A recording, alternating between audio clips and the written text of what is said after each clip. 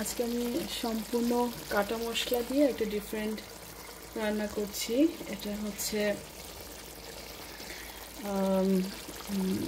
কি বলবো, এটা আমাদের দেশের যেই মুরগিগুলো হেঁটে চলে বেড়ায় সেরকম চিকেন। এখানে 1.5টা চিকেন আছে। তো সমস্ত মশলা মানে বেশিরভাগটাই কাটা, এটা কষানো হচ্ছে মুরগিটা। তো অলমোস্ট হয়ে গেছে। আর একটু যখন ন্যাচারাল লুক করবে তখন আমি একটু যখন মশলা আর তেলটা আলাদা লুক করবে তখন আমি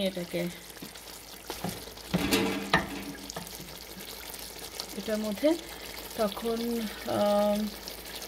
3-4 কাপ আমি গরম পানি দিব, কারণ এই চিকেনটা একটু শক্ত প্রকৃতির হয়, অনেক হার্ড না, হার্ড চিকেন না এক্স্যাক্টলি, কিন্তু একটু ভালো করে বয়েল না হলে। আর এটা চামড়া সহ চিকেন, তো মানে যেগুলো মাথায় ঝুঁটি থাকে, রাতা মুরগি, এই মুরগিগুলো আমরা পাই হচ্ছে আজমান থেকে। আজমান লাইভ স্টক মার্কেট বলে, সেখানে পোলট্রি মার্কেট, মানে ওখানে গরু ছাগলের মাংস পাওয়া যায়, কিন্তু ওটা অন্য জায়গা থেকে এখানে প্রসেস করে জবাই করা স্লটার হাউস আছে, ওরা প্রসেস করে দেয় মাংস, মানে পিস পিস করে নিয়ে আসে। আর এগুলো হচ্ছে মুরগি, হাঁস, তারপর ফার্মের মুরগি, কোয়েল পাখি, কবুতর, সব কিছু পাওয়া যায়। ইভেন খরগোশ, যেটা হালাল মাকরু আছে, এটাও পাওয়া যায়।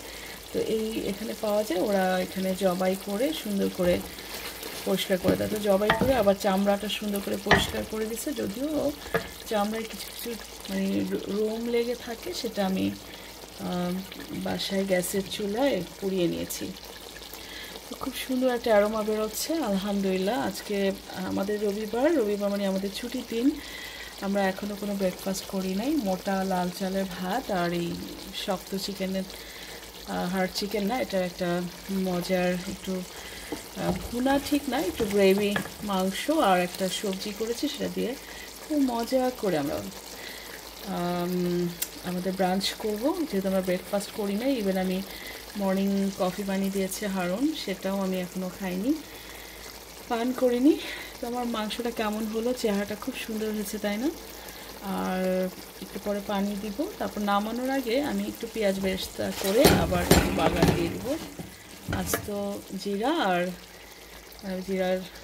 পেঁয়াজ বেরেস্তা করে আস্ত জিরা দিয়ে একটু ফোড়ন দিব, সেটাতে ফ্লেভারটা আরও ভালো আসবে। তো আপাতত আজকে এই পর্যন্তই রেখে দিচ্ছি। আল্লাহ হাফেজ।